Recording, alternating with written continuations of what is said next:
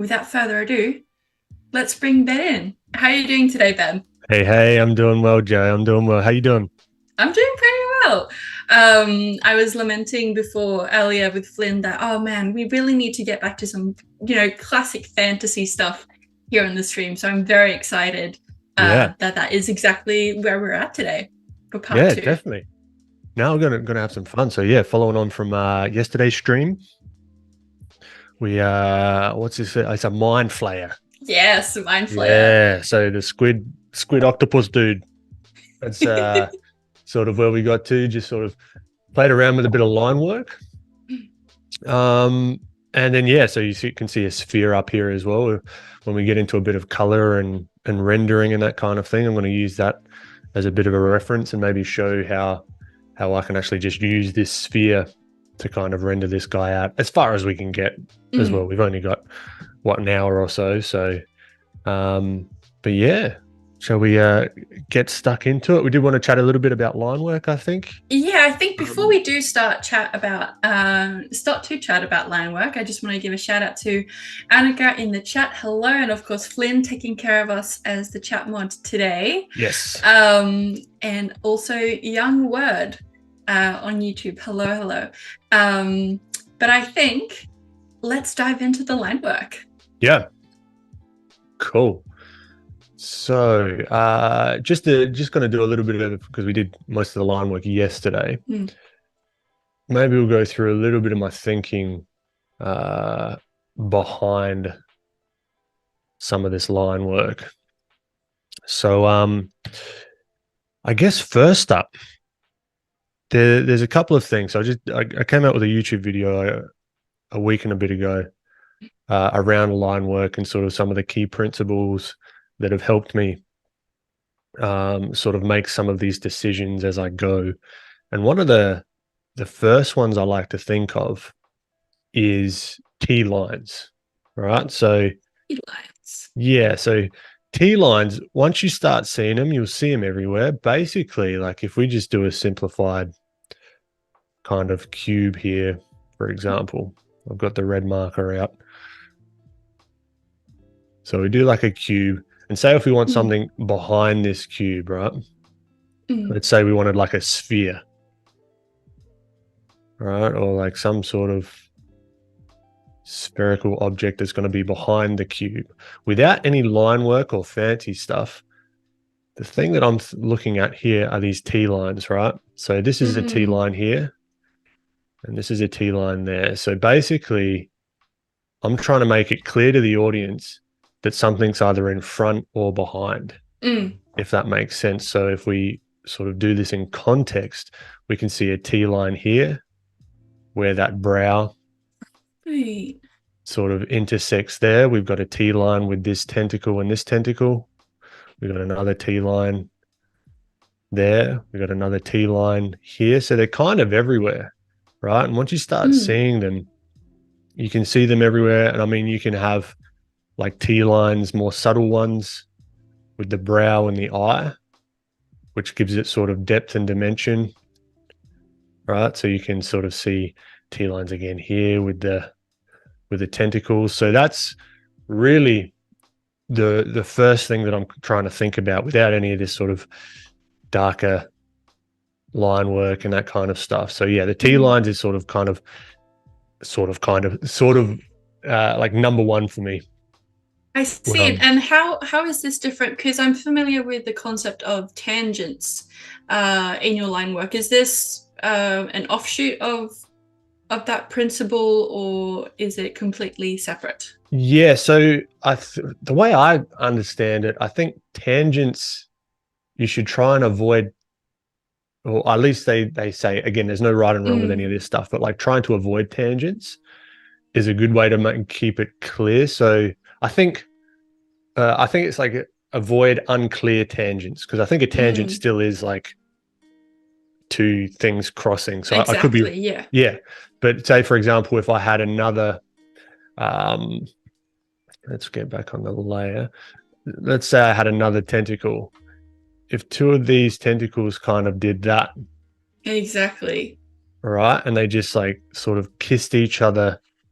Just There's no real way to tell. if it's in front or behind. Is this like now kind of like a different object?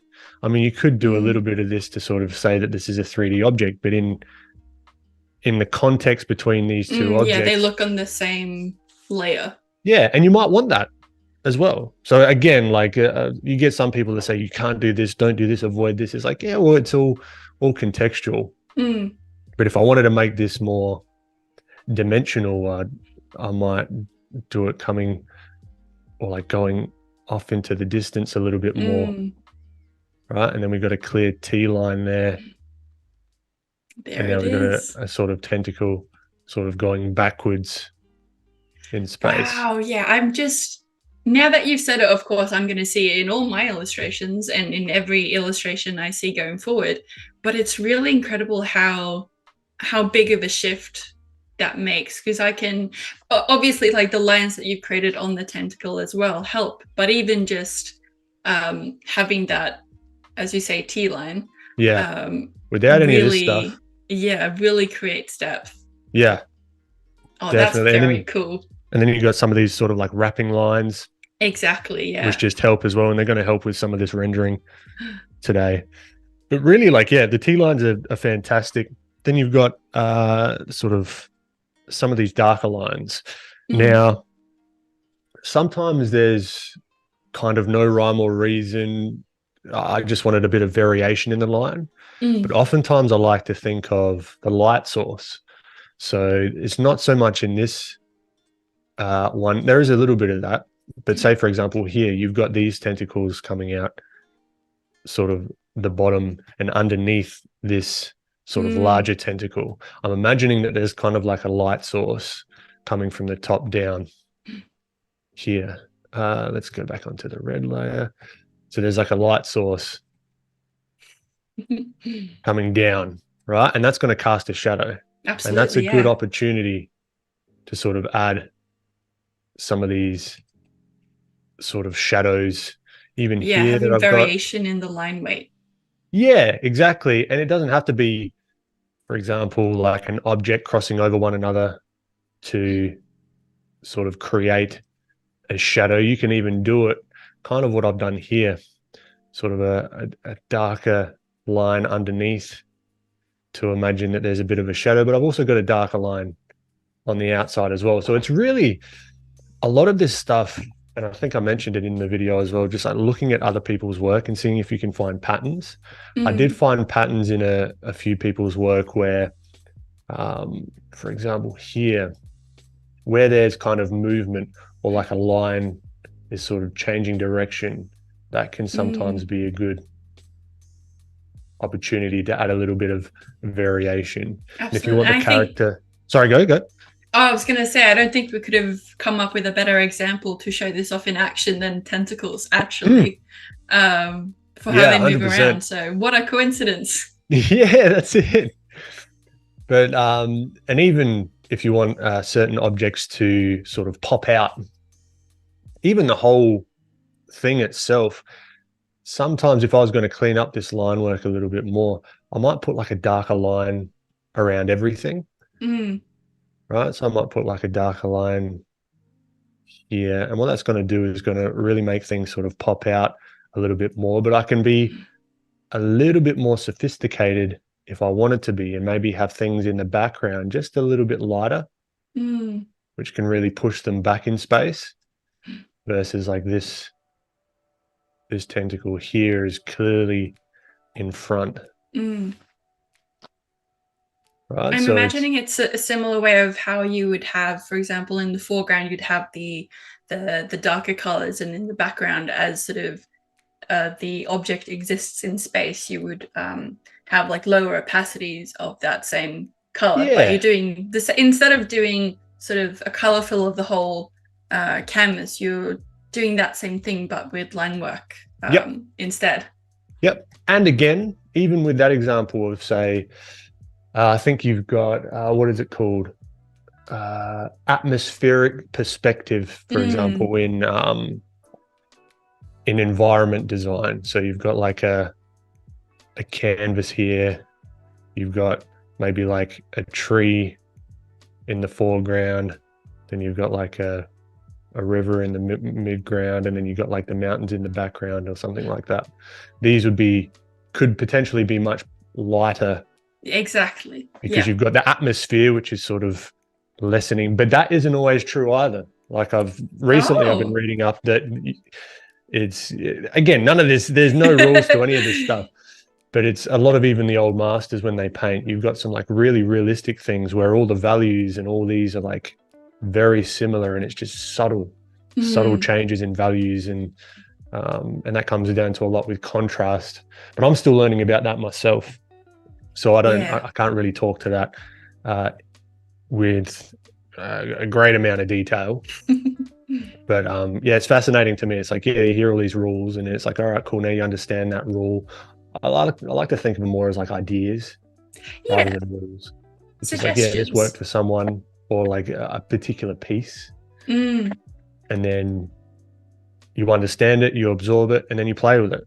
It's like a bit of Play-Doh. Then you can say, okay, what if I did this? What if I did that kind of thing? So I don't know, that's how I think about even the fundamentals. Like, where can I push and pull and break these ideas once I understand the reasoning behind them, instead of just absolutely, know the rules to break the rules, for sure. That's it. So yeah, so that's kind of like a real sort of quick look at what I'm thinking about with line work. I like to have some logic behind what I'm doing, so then I can go back and check. So then if something isn't looking right, and it's like, all right, where are my T-lines? Is everything sort of looking dimensional? Do we have some sort of nice line variation, et cetera, et cetera? So yeah, if you want to sort of a deeper dive into that, you can go check out the video. Absolutely. But hopefully that in this context here, that was enough to sort of give a bit of an idea.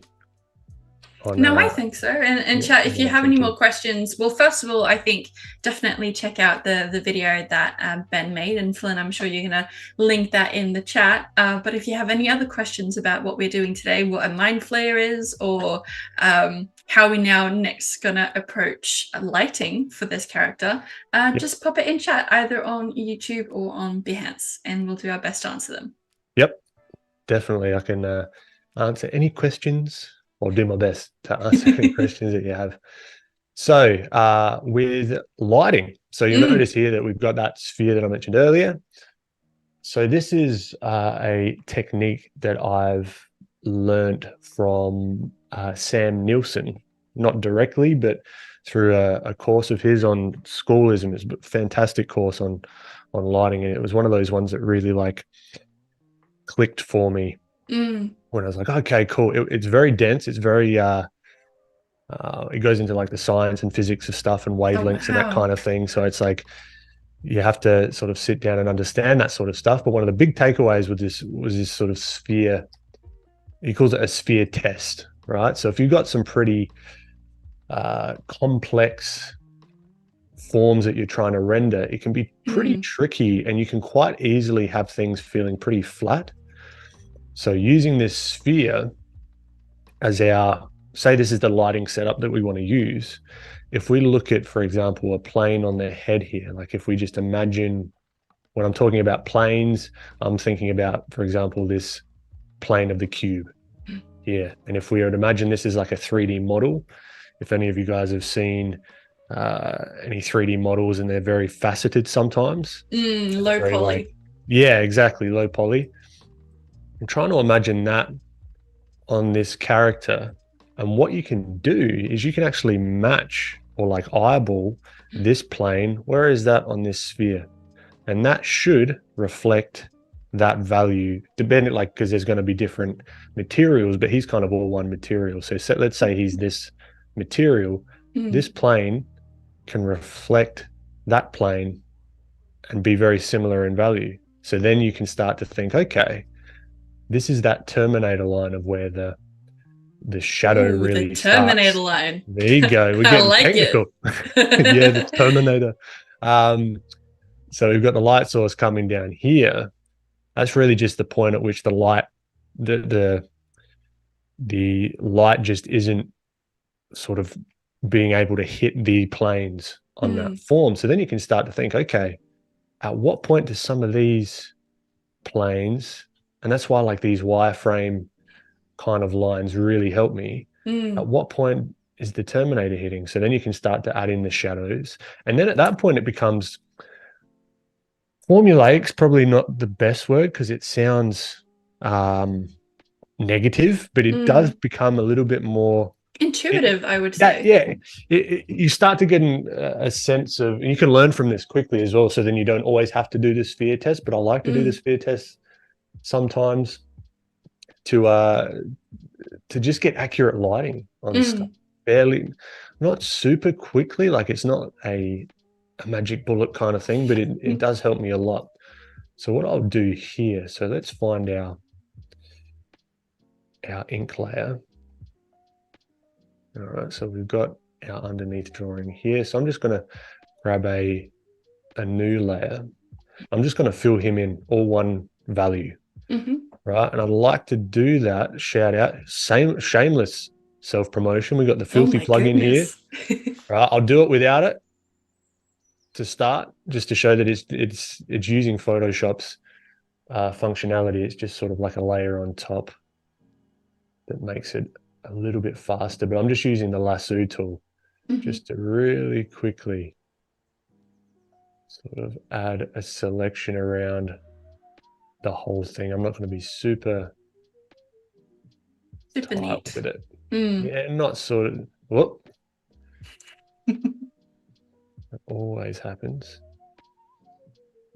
Now with this lightning ball, I want to call it, would you also use that and color it in with the colors that you're going to use, so you can essentially just color pick from that sphere to and then translate that onto the character that you're drawing? Definitely you can do different materials, you can do separate balls, you can do, it doesn't have to be a sphere itself, it can be a cube, it can be an oblong shape, whatever you want really. But yeah, it's really just a reference. I'm trying to understand how how the lighting is, and then you can try different lighting setups on the sphere to see if it makes sense for the scene, and then be like, all right, yeah, that'll make sense, and then you can sort of go ahead and yeah, just have fun with it. And it just saves you a bunch of, I don't know if any of you out there watching, or Joe yourself, have just spent hours and hours just like going back and forth and back and forth and back and forth and trying to do lighting, and then you lose like 6 hours, and then you swap back to what you did before, and that looked better. So you just sort of like wasted, I don't think it's wasted time, but it feels like you've wasted like 6 hours just going over the same thing. This is just a good sort of guidepost, I guess you could call it, just to see, all right, is the logic of the light making sense? And then, like everything that I mentioned before, then you can break it and then sort of take artistic license to do whatever you want with it. So I'm just going to cut out this section here. So yeah, just using the lasso tool and the paint bucket tool to do that. But then if we turn the autofill, the filthy plugin, it just sort of does it automatically for you, which is just a massive time saver sort of thing. I see. Incredible. So now we've got our base color, right, or our base value. Now there's going to be different materials here, but I'm just going to focus on the squid, or really the whole thing, I reckon, just to get a base kind of value or lighting setup. And the first thing I want to focus on is the Terminator line. There you go. Yes. Bingo. All right. So let's come here. And while you're finding that, just want to give a shout out to Alessandra as well, joining us in the chat, and Annika coming in with a very fun observation that since they're watching on their phone, the shadow, the lightning ball, was mistaken for a water droplet. So you've done it so realistically. There you go. It looked like a water droplet. Oh, very cool. All right. So here we got the Terminator line, and then we can start to think about the shadows. So if we just got like really simple kind of top-down lighting, this brow is overhanging a lot of his face, right? So this whole thing might be in shadow. And this is where we might want to change the lighting setup, because we might want to see the eyes. So we can tweak that later on. Maybe I want to keep him a little bit more mysterious, so we can keep that. And then we can think about this whole thing as like a sphere in itself. So the shadow might be there, and then I'm kind of just eyeballing this at the moment without getting too technical, just sort of conscious of time. But all this underneath, like that back sort of tentacle might be in shadow. This might be in shadow. There might be a cast shadow on those tentacles, and even just putting the Terminator line in. Yeah, even just that, much better than my, hour and a half plus just frantically trying to make it the shadows work. Me too. Yeah, that's why I love it, because I'll do that as well. I will do it and get so frustrated. And then it's just like, all right, well, now it's time to sleep. And it's just like, I've just wasted all this time. But yeah, no, it's a really, really cool sort of technique. So shout out to Sam Nielsen. He's got socials and a website as well. Fantastic. Now, is this the Sam Nielsen that also streams on Behance by any chance? I'm not sure if he has or not. Because I do know of a Sam Nielsen that does that, but it might not be the Sam Nielsen. So I'll check. Yeah, I'll definitely check with you on that after the stream, because if that's the case, 100%. I've got a lot of streams to catch up on. Yes, definitely. So yeah, so this is the real basic sort of blocking of those values, right? So if we think about this head, that's going to be casting a shadow, so we can even put a shadow in there. So you've got the shadow of the collar that's making a shadow on itself, and then you've got the sort of cast shadow of the head sort of casting onto the collar there. Maybe that's going to be more in shadow. So now we've got kind of a base going on. Let's start to think about some of these lighter values. So what we can do, so I've separated out, what I'm going to do is, if we go default, I'm going to separate out that specular highlight here. So if I just make that a little bit brighter, right, it's not perfect. You'd spend a lot of time sort of getting this sphere correct, I guess you could say. The more correct the sphere is, if you are going to reference it, the better this guy's going to be. But I like to separate out the specular highlights, and I just want to focus on the matte sort of finish. I think from memory, I talked a little bit about this last stream, about just focusing on that matte sort of material to begin with, and then we can make him shiny later on. But let's say and gooey and monster-like. That's it. So I'm just gonna kind of slowly blend this just with a big soft brush, and sort of just be careful of these transitions, and really thinking about those, I guess the wireframe again of the character. And then we can darken this all down as well, which is cool. Right, and this is going to be a bit lighter on here. I'm thinking about planes, like what if I imagine this is like just a little plane here, where is that going to be on the sphere? It could be about there. And then as it curves down, we can then look, okay, where's that on the sphere? It's going to be quite a bit darker, and then it's going to roll down even darker. And then you can really start to get, there you go. Makes blending so much easier when you already have essentially the finished gradient ready to utilize. That's it. And it does take a lot of finessing and taking your time. And I like to even come in here with the lasso tool and really think about this wrapping of these kinds of shapes. So imagining, okay, where's this plane here? It might even just touch the Terminator. Right, and then if we look at this plane here, particularly on these really like abstract kind of shapes that aren't very like clearly a sphere or a cube or a cylinder, that kind of thing, they kind of wrap around, and that sort of can give me some headaches. But just doing that, we can start to see that really pops out as a three-dimensional shape here, and we can do the same with this brow. Let's add that a little bit in here.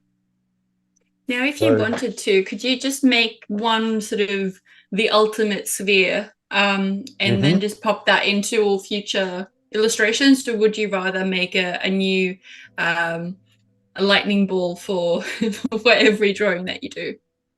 It's completely up to you. If you've got like materials that you use often, or you've got lighting setups that you use all the time. I don't do that. It doesn't take too long for me to sort of get to this level. Like this needs a bit of finessing here, but it doesn't take super long to get to that level. But that would be a good sort of optimization of your workflow. So no, that's a good idea actually. Well, yeah, I'm just thinking because in terms of learning how light and shadow interacts with different materials, and also how you would preview 3D materials, you usually have like either the cube or the sphere and the material or the texture or just like the color of it all wrapped around.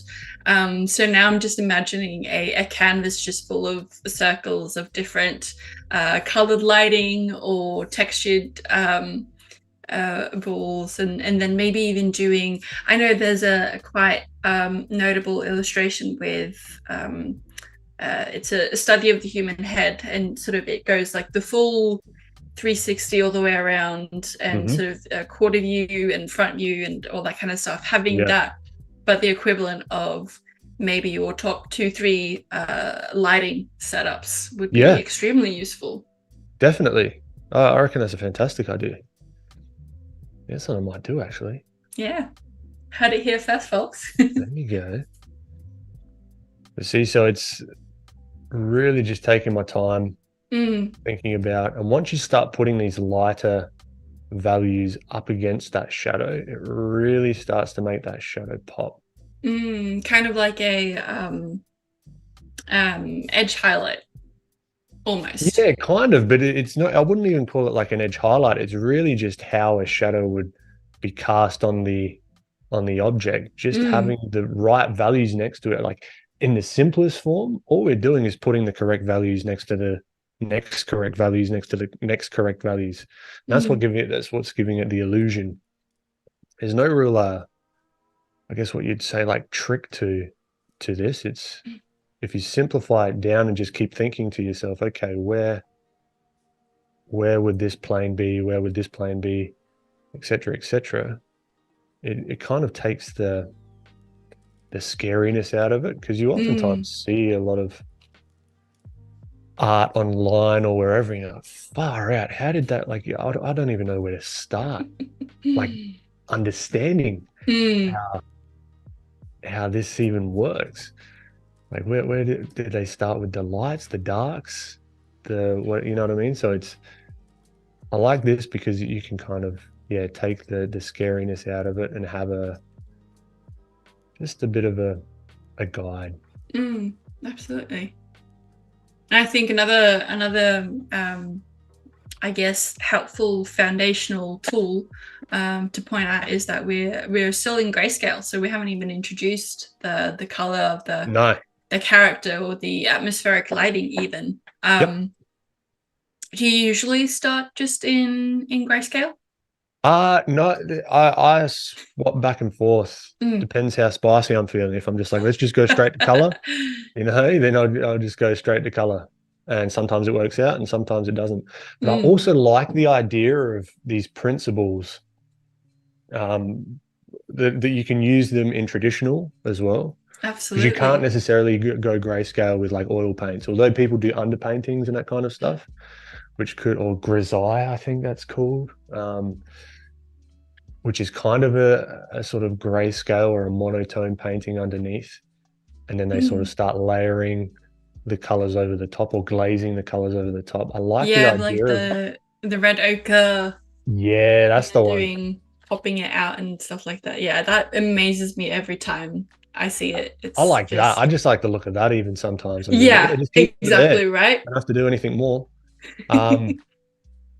But I like the idea of, you can take these principles and you can sort of mock them up, say in Photoshop or wherever, and then take it to traditional and still follow and tweak and and use the principles in traditional instead of it just being like a quote unquote like digital sort of thing, if that makes sense. Absolutely, yeah.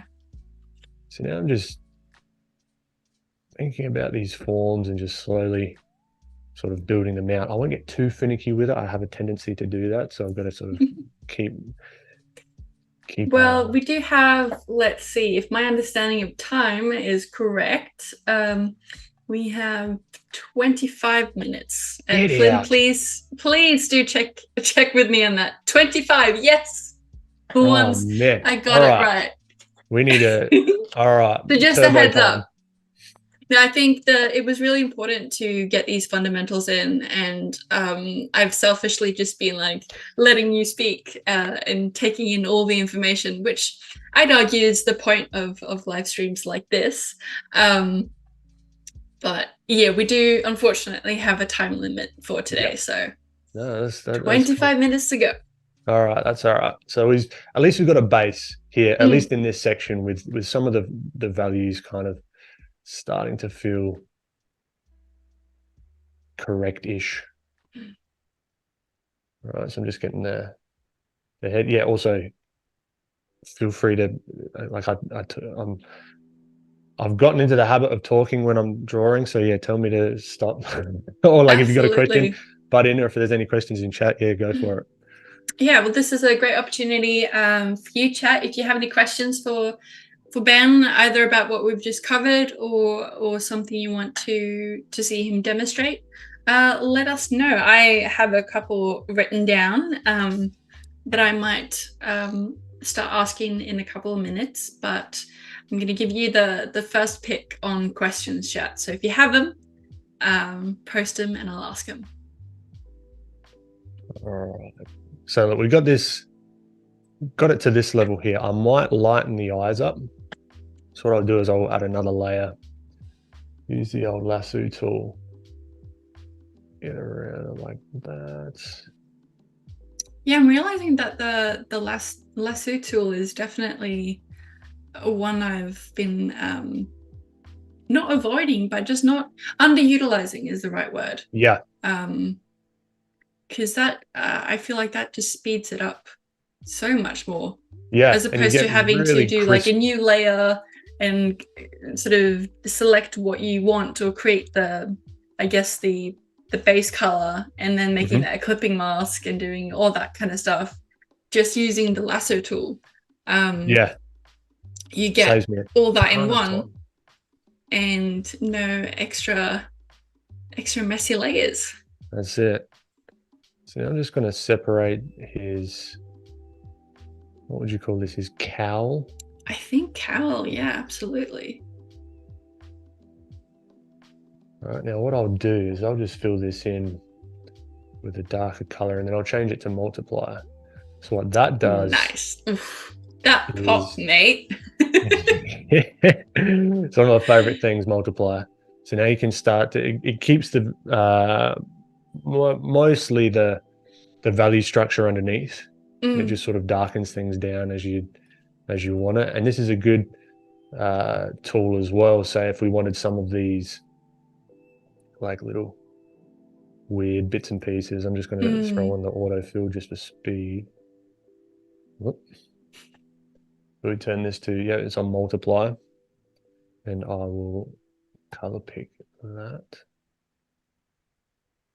So here we can just add some of those in, and what it's going to do, say if I did one like across the whole eye like we did yesterday. Ooh, like a scar, yeah. Like that kind of thing. You notice how this is lighter and it sort of wraps into darkness. Very cool. It's because that's the beauty of the multiplier. Multiplier, yeah. No, I think out of all now it's not layer style. Is it layer style or no, is it adjustment? Modes, I think layer mode. There we go. I always get them mixed up, but I think multiplier has to be like the MVP layer mode out of all of them for sure. And it's for me it's dark, it darkens things. So I think multiply, I think I'm going to make things darker. I'm going to add shadows. That's sort of what I'm I'm thinking of when I'm thinking of sort of the multiply. Yeah, very cool. And already, even though it is grayscale, I feel like adding just the color variation is already giving the character so much character. Really, like you wonder, oh, what happened for that eye? Is it an injury? Like, is it just a pigmentation difference? Yeah. And what I can do as well is I can brighten the multiply layer up a lot. And what that does, it just allows you to put some subtle things here and there. It's just a nice, quick way to add some subtle sort of texture and variation and that kind of stuff. Visual interest, yeah. I'll also quickly just make sure this wing is the right value as well. And that's going to have a shadow on it, I think.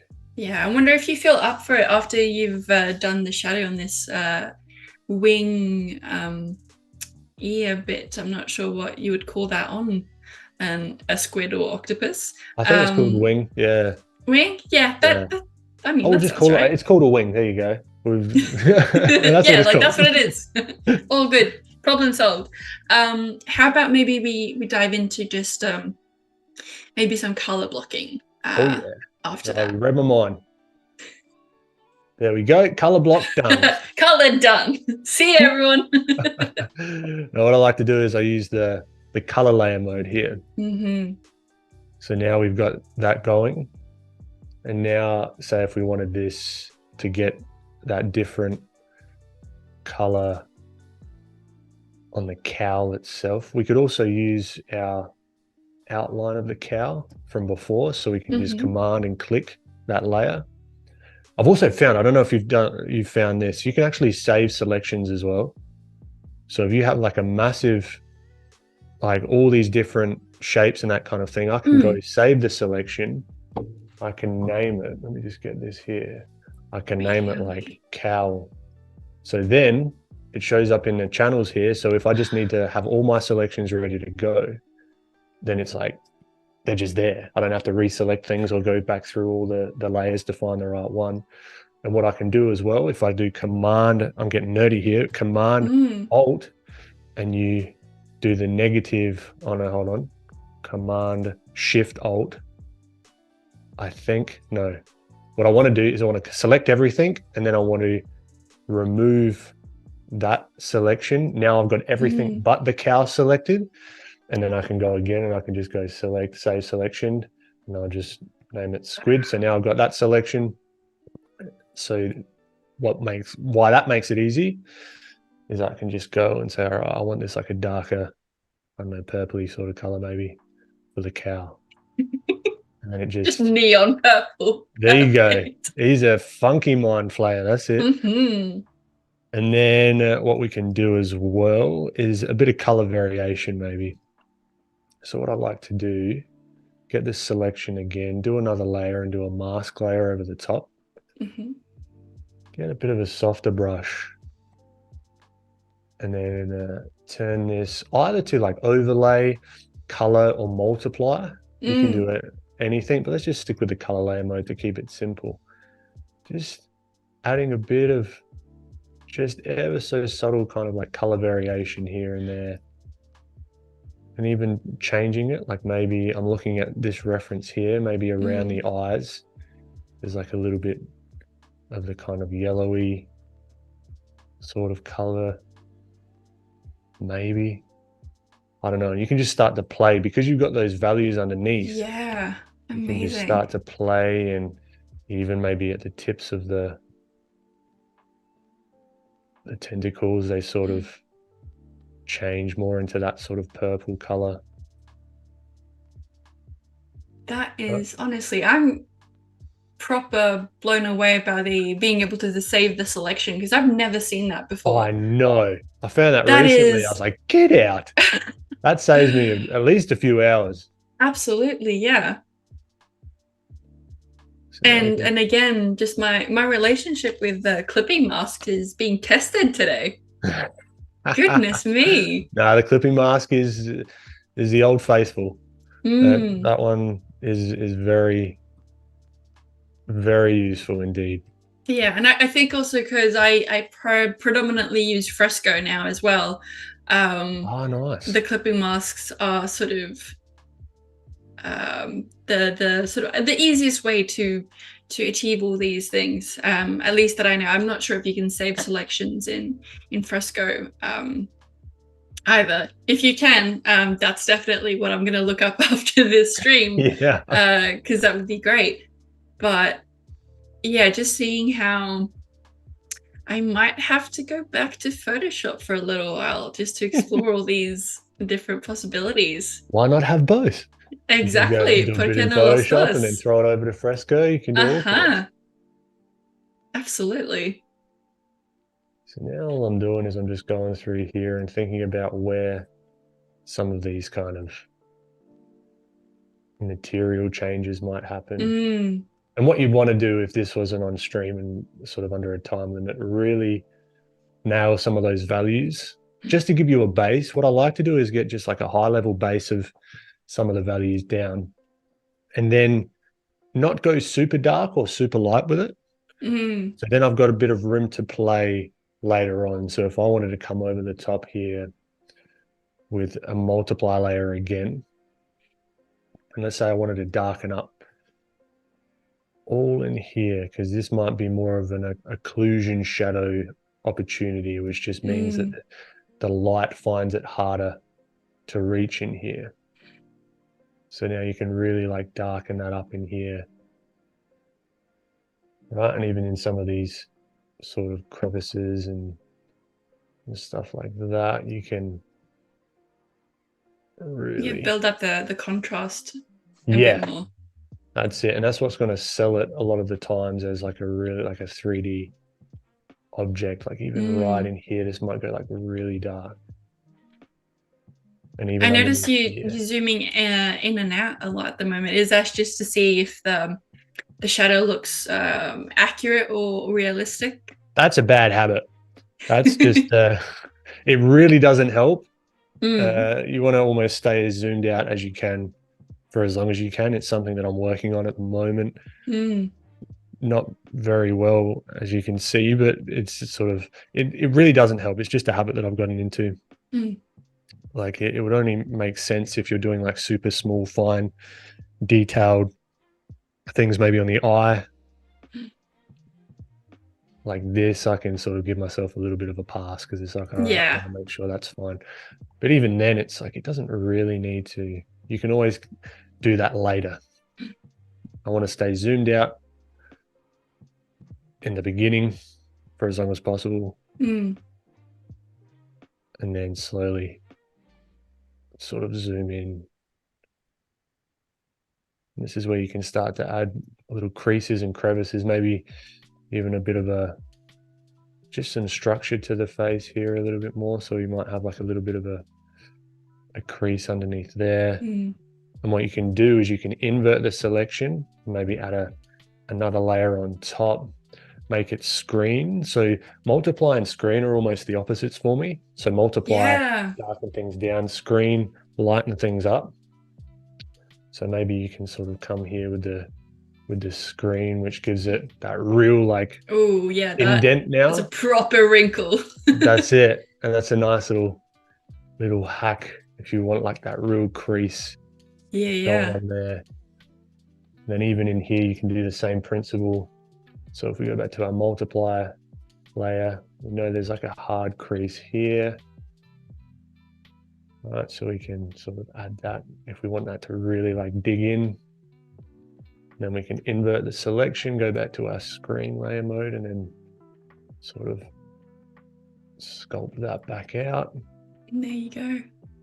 That kind of thing. So then you can it's just play at this point. And if you wanted to make it more shiny, we can get some reference of shiny things here. So this is like a real specular highlight. It's really sharp. And what highlights are, like specular highlights, are just reflections of the environment. So if we we can start to just, whoop, wrong layer. We can start to just add some of this shine. Now this takes a lot of finessing, so I might not hit it to begin with. Now it just looks like kind of a block on his head, but if we add a little bit more of this texture around, that kind of highlight there, and then if we do the same on those similar planes, so if we do something, we can look at here and be like, all right, it kind of tapers off a little bit. Here we can add the shininess there. Oh yeah, now it's like, really coming together. Yeah, and a lot of this is just having context with each other. So all this stuff in isolation, like this section here doesn't look like anything. Really, it's like, what is that? But in context of everything else, all right, it's the side of his head. Yeah. You know, so it's a lot of it has to do with context and just, yeah, making things look like they fit together. My goodness, now this has been a very educational stream, if not just for me, I hope for everyone else as well. We do have 10 minutes left, so if there's any more tricks you have up your sleeve, now would be the time to show them off. What do I have? What do you reckon? Really, at this point, it's just refining. So I might add another screen layer on top.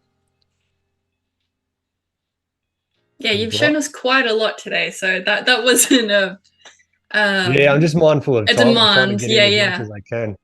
So adding like another lighter sort of screen layer mode in there, just within that, because you'll notice even here, there's variation within that. It's just it's not just like a flat color. Here is brighter than down here. Here is quite bright. It's pretty uniform. Here it's going to have a bit of variation, right? Because it's essentially a mirror. That certain shininess, like if it's super reflective and this is literally a mirror, you'll just be seeing the light source itself. Absolutely, what we can do just to make it pop a little bit is we can maybe darken the background down just a tad. Oh yeah, here we go. And then we do my favorite. Some may say that I do it too much, but to them I say something that I can't say on stream. We can add in a little bit of the rim light. Yes. Reflected, or not reflected, but just like the rim light. It's a normal layer, so let's go screen. And let's just really pop this. Yeah, you gotta. You have to. It's the law now, actually. Everyone, you have to add in the rim light to all your drawings. Definitely, at least in Australia. Yeah. So no, it might be the other way around. Sorry? I was going to say it might be somehow the other way around or upside down in other places, but in Australia, rim lights. No, you have to do them. So it really helps things pop. So I've kept the line work in here, which could be a stylistic choice, but it really helps when you don't. So for example, if we imagine the light source sort of coming from the back here, you're not just adding, I see this a lot, people just add like just a flat line around the edge and just call it a day. It looks okay, but you got to think about it's still light. There's still planes there. So this inner part of the face might actually hit more of that reflected light, you know? Even the inner part of the nose here. Right, that's gonna hit that, and that really makes things pop that little bit more. Oh yeah. Then even here, there's like a transition here. So you might add that in a little bit. And this is an opportunity as well, right on the edges. If he does have that kind of texture, just using the lasso tool and getting a little bit crazy with it. Just like this reference photo here, how you've got these little lumps and bumps. Then you can just go over with the same color. And now you've got a bit of texture, which gives that impression of texture on the form. Just separate it a little bit from the rim light itself. All right, so now we've got a bit of texture on him instead of just that flat kind of rim light. I am really struck by just how in essence, like how simple these techniques are. Because just looking at it now compared to when we were starting in and sort of as we were going along, I mean, I knew it was going to be a fantastic result, but just with so many just very simple sort of fundamental ideas, as you were saying, how we've created something quite spectacular, I'll say. Oh, you're too kind. But it's really good for ideation as well. Like if you don't want to spend a day just on one thing, you can just like, all right, cool, we've got this. Now you can go and say, all right, where are our colors? Let's just use the Command U, the hue and saturation. Let's change into like a completely different. Let's make him like. Oh, it's a Barbie mind flare. There you go. Very topical. Very, very topical. And then we've got maybe more alien-like, and you can bump up that saturation. So now it's like the yellow, and then you can just copy a bunch of these, and then just have some fun with it. Now he's looking very otherworldly. Absolutely. I am getting somehow like a Simpsons mind flare vibe just because of the yellow. Yep. This doing this reminded me of Jimmy Neutron. Yes. Oh, I love that show. I can't remember the evil guy in Jimmy Neutron. Like this kind of just he would fit perfectly in that kind of that I don't know what you got that world cinematic universe. There you go. For sure. Now that is quite a highlight that I think we might actually have to end on. No, cool. Because we are just about at time, but thank you so much for joining us, and just the amount of information in this stream was incredible. So this is one I'm gonna have to rewatch and definitely draw alongside. But until we can have you on next, Ben, where can people find you on the internet? Yeah, so a few places. So you got my website, beneblen.com. You've got Instagram, YouTube, Twitter, Threads now, all over the place, TikTok, all those. You can just, find me there. I've got a tutorial on Gumroad, which goes deep into a full like sort of 8-hour walkthrough split up into 10 chapters, and it comes with like a 40-page PDF as well if you like to read, along with some 3D models to really sort of understand what I'm thinking about with some of this stuff. So I also got a podcast as well, but that goes into the more business side of sort of social media, content creation, what's going on each week, with my good friend Francis Lee as well. So I think, and we collaborated on this filthy plugin as well. Yes, the filthy plugin. But yeah, I think that's it, really. No, I really appreciate you guys having me again. Anytime you guys want to do anything, I love it. It's a bunch of fun. Absolutely. It's been a pleasure.